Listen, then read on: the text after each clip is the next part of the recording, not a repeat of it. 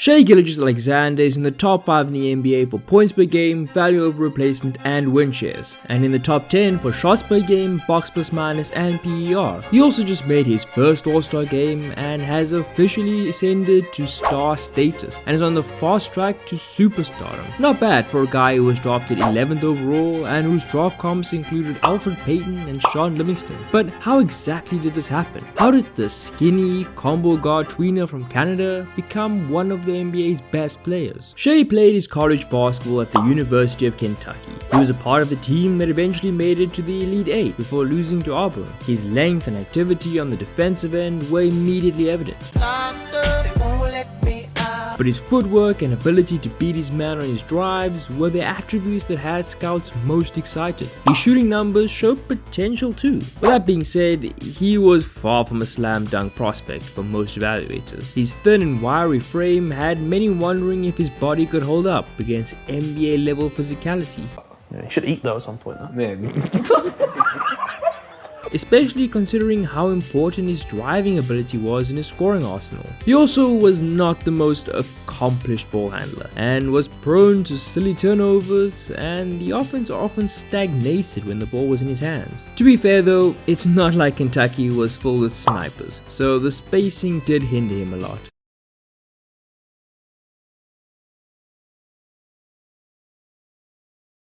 All of this led scouts to view him as a low-end starter to a solid role player. Boy, were they wrong. It only took a few months for those expectations to be adjusted. He turned heads as a rookie, starting for the Clippers, who were a playoff team that season, and held their own against the #1 seeded Warriors with KD. Shai's performances in Game 4 and 6 of that series show that he was more than just your average combo guard. There was more there. His time in LA was brought to an abrupt end, as he was traded to the OKC Thunder in the Paul George mega deal. Hey, what's going on here?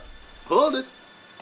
You chasing me away? Oh, no. So soon? Not at all. Come on. The Thunder were entering the beginning of their rebuild, but they still managed to fit in one more playoff appearance before completely bottoming out. This was mostly down to their three-headed monster in SGA, Dennis Schroeder, and Chris Paul. Yeah. Remember that? CP actually forms a pretty big part of the SGA story. That 1 year in OKC seems to have done wonders for Shai's game. He was a great teammate, a great example to follow, especially that time in my career, said Gilegous-Alexander in an interview back in 2022. What could have been a year of frustration for Paul, as he was, for the first time in a decade, not expected to make a deep playoff run, turned into a year-long leadership course, as he shared his experience and imparted valuable lessons about winning in the NBA onto the young players on this Thunder roster. He could easily have viewed these 12 months as a chore, having to babysit this team until he could jump ship to another contender. Instead, Paul called his stint with the Thunder one of the most enjoyable years of my career. A large part of that was probably as a result of his relationship with Shai. We're close beyond basketball, and that's probably the biggest thing, Gilegous-Alexander said. It's not surprising then that after rubbing shoulders with the master of the pick and roll, Shai's development in that area of his game exploded. That's the whole point. His usage increased dramatically, but his scoring efficiency remained relatively similar, a great sign of his development as a primary ball handler. He managed to decrease his turnovers too, further illustrating his improved decision making and maturity. Like Paul, he's able to manipulate defenses without a great deal of explosion or superhuman burst.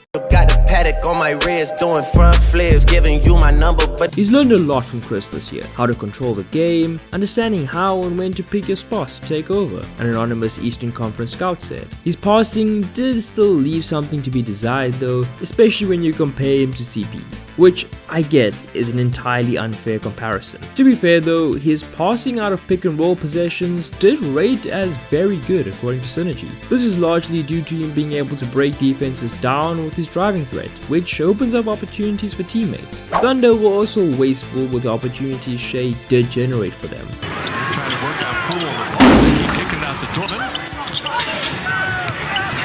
The Warriors can grab the rebound. The defensive toolset was still there, but the consistency and engagement were lacking at times, and the efficiency from 3 dropped with the increase in attempts. The building blocks were there, but he would still need to improve in multiple areas in order to become a true star in the league. Fast forward to today, and much like his dress sense, Shai has developed into a truly unique talent. The driving game is still there, his smooth but chaotic dribble moves, coupled with his fast but slow tempo, have put many a defender in a blender this season. You know you can be prosecuted for that! Happy to drive straight through defenders or take the scenic route around guys with different colored shirts, watching Shai is like watching a packet of licorice all sorts in basketball form.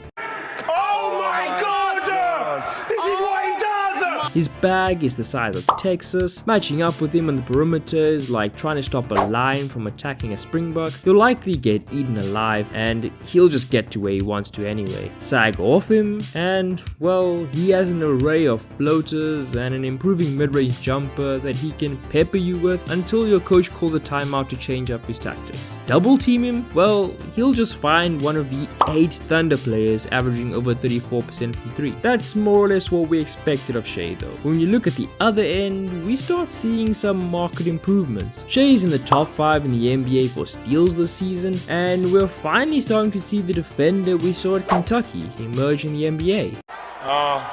It's about damn time. This has been a real point of emphasis for Shai. I wanted to be reliable on both ends of the ball, Gilegous-Alexander said. The best players in the NBA are reliable on both ends of the ball, for sure. And ultimately, that's what I want to be. That's exactly what he's done this season. That same length that allowed the Thunder to run out those 3-guard lineups in 2020 is now being used in conjunction with bigger and longer defenders beside him, and with a more engaged mind controlling it. For a guy that has many distractions available to him, he's got a pretty singular focus about becoming a great player, said his coach, Mark Daigneault. And so every time he's got time and space, he comes back better, and he does so in a very self-driven way. He doesn't need a lot of guidance and direction. He wakes up in the morning with a sense of purpose. So, listen to everybody. Nobody believes in you. What are you prepared to do about it? His raw stats, both traditional and advanced, simply paint him as one of the best players in the league. They certainly build a strong case for him to be an All-NBA player this season. And you know what?